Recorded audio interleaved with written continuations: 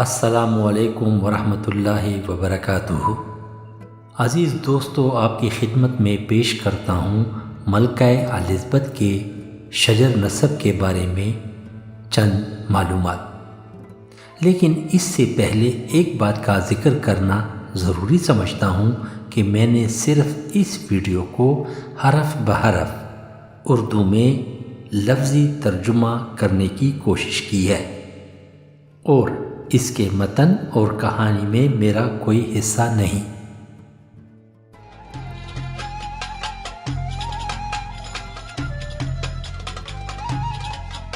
According to a study by one of the top genealogical publishers, دنیا کے ایک مشہور شجر نسب کی کمپنی نے ایک سروے کیا ہے جس میں انہوں نے ملکہ الزبتھ کے پچھلے 170 سال کے شجر نسب کے بارے میں معلومات فراہم کی ہیں، 43rd great-granddaughter. اور اس میں اس بات کا دعویٰ بھی کیا گیا ہے کہ ملکہ الزبتھ کا نبی کریم صلی اللہ علیہ وآلہ وسلم کے شجر نسب سے تعلق ہے، اور اس تعلق کو انہوں نے جوڑا ہے۔ Genealogical Guide to Royalty. بتایا جاتا ہے کہ خاص طور پر 43 نمبر پر اس کی گریٹ گرینڈ بیٹی یعنی پڑپوتی کا شجر نسب آپ صلی اللہ علیہ وآلہ وسلم سے ملتا ہے۔ Direct descendant from the Prophet Muhammad cannot be relied upon. October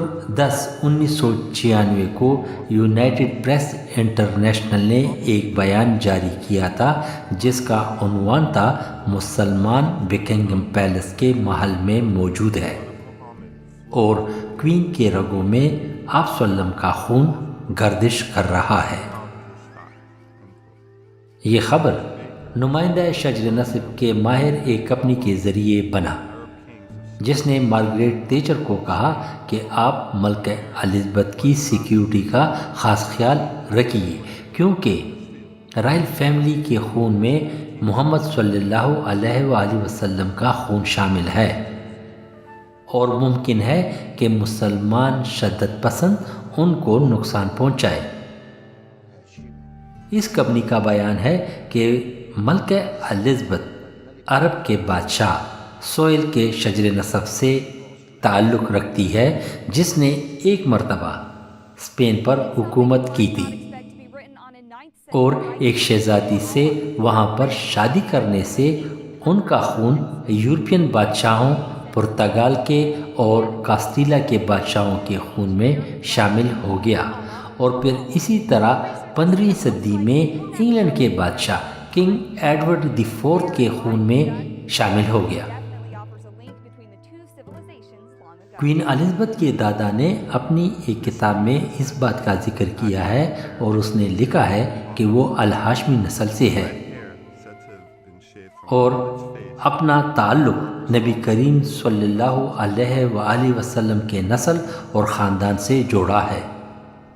individual hairs were ملکہ الزبتھ اس لیے بھی مسلمان نہیں کیونکہ اس کے دادا نے اسلام کو ترک کیا تھا۔ starting after اسی طرح کی ایک خبر انگلینڈ کے ٹی وی پر بھی نشر ہوئی تھی red to gain a more. کہ آثار قدیمہ والوں کو ایک انگوٹھی ملی ہے جس پر اللہ کا نام لکھا ہوا ہے،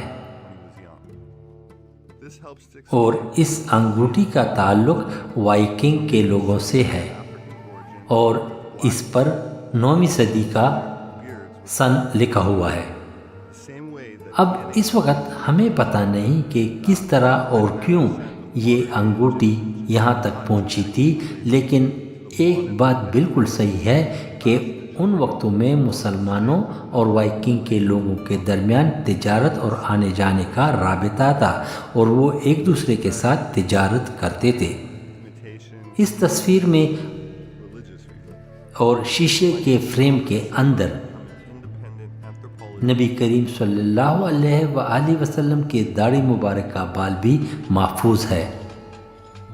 کہا جاتا ہے کہ یہ بال مبارک رسول کریم صلی اللہ علیہ وآلہ وسلم کے حجام سلمان رضی اللہ تعالی عنہ نے حاصل کیا تھا، اور اس بال کو حضرت علی، ابو بکر اور عمر رضی اللہ تعالی عنہ کی موجودگی میں محفوظ کیا گیا تھا، 190 years, اور اسی طرح اور لوگ بھی اس واقعے کے گواہ ہیں۔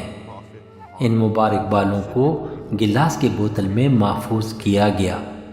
نبی کریم صلی اللہ علیہ وآلہ وسلم نے 40 سال کی عمر کے بعد اپنے داڑھی مبارک میں خضاب لگانا شروع کیا تھا تاکہ وہ زیادہ جوان نظر آئے، حالانکہ اس بات کا ذکر ہے کہ آپ صلی اللہ علیہ وسلم کے اپنے بال پیدائشی طور پر سرخ تھے۔ the relation اسی سنت کو کروڑوں مسلمانوں نے اب تک سنبھالا ہوا ہے، اور بڑی عمر کے لوگ خضاب یا مہندی لگاتے ہیں تاکہ ان کے بال بھی سرخ نظر آئے، بلکہ بعض لوگ تو اپنے کالے بالوں پر بھی سرخ حنا لگا لیتے ہیں۔ royal family forever from Muslim terror. ایک ڈی این اے ٹیسٹ سے اس بات کا سراغ لگا ہے کہ 90% مصر کے لوگ فرعون اور اس زمانے کے ممیوں کے نسل سے کوئی تعلق نہیں رکھتے۔ اسی طرح مسلمانوں کا نبی کریم صلی اللہ علیہ وآلہ وسلم سے کوئی خونی رشتہ نہیں، لیکن پھر بھی کروڑوں مسلمان اپنی داڑھیوں کو حنا لگاتے ہیں، جس سے ان کا اللہ کے رسول سے محبت کا اندازہ ہو سکتا ہے، اور وہ اس لیے کہ یہ لوگ آپ صلی اللہ علیہ وسلم سے مشابہت رکھنے کے لیے داڑھیوں کو حنا لگاتے ہیں۔ میرا نام رابرٹ سفر ہے اور میرا پیشہ شجر نسب کے شعبے کے تعلق سے ہے۔ لأنه أصل هاشمي ده سامي الإسلام. عزیز دوستو، اس ویڈیو میں میرا اپنا کوئی حصہ نہیں، صرف میں نے